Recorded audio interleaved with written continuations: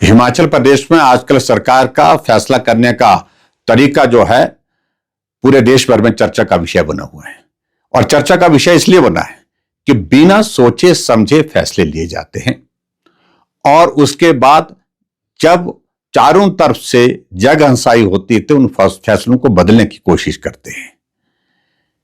चाहे वो toilet tax की बात है, चाहे बसों में वो फ्रेट की बात है, पहले लगाया गया फिर बाद में वापस किया गया, चाहे उसके बाद हिमाचल प्रदेश में 2 वर्ष से खाली पदों को समाप्त करने की बात है, उसको भी फिलहाल विड्रॉ करने की बात कही है। और इसी तरह से अब एक और हिमाचल प्रदेश में चर्चा का विषय बना है, वो ये विषय बना है कि समोसे लिए गए थे। किसी कार्यक्रम में मुख्यमंत्री जी गए थे, उस कार्यक्रम में वो समोसे परोसे जाने थे, लेकिन जहां समोसे पहुंचने चाहिए थे वहां नहीं पहुंचे, समोसे बीच में ही गुम हो गए। और ऐसा लगा शायद मुख्यमंत्री को और हिमाचल प्रदेश सरकार को इस सारे विषय पर ये बड़ा गंभीर विषय है और इस पर जांच होनी चाहिए। और हैरानी की बात तो मुझे इस बात को लेकर के है कि उस सारे विषय में यहां भी क्या है कि ये जो है वो सरकार विरोधी जो है गतिविधि है। इस बात को लेकर के भी हम हैरान है कि सरकार विरोधी गतिविधि क्या है। समोसा तो विपक्ष ने नहीं खाया, विपक्ष के लोगों को नहीं बांटा गया, किसी को समोसा अगर मिला होगा तो वो सरकार का हिस्सा ही रहे होंगे संभवतः।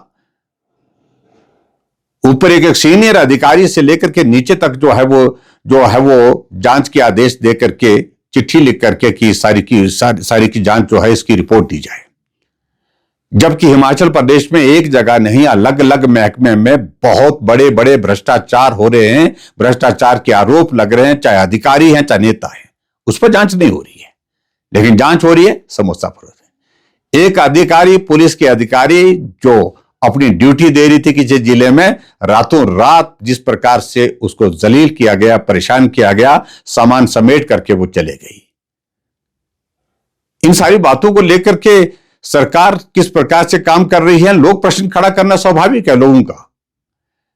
मैं सिर्फ इतना ही कहना चाह रहा हूं कि हिमाचल छोटा सा प्रदेश है और ये छोटा सा प्रदेश इस बात के लिए जाना जाता है कि यहां जो भी काम किए जाते हैं ईमानदारी से किए जाते हैं, सोच समझ करके फैसले लिए जाते हैं। लेकिन दुर्भाग्य इस बात को लेकर के है कि बिना सोचे समझे फैसले लिए जाते हैं, फिर फैसले पलटने की प्रक्रिया शुरू होती है।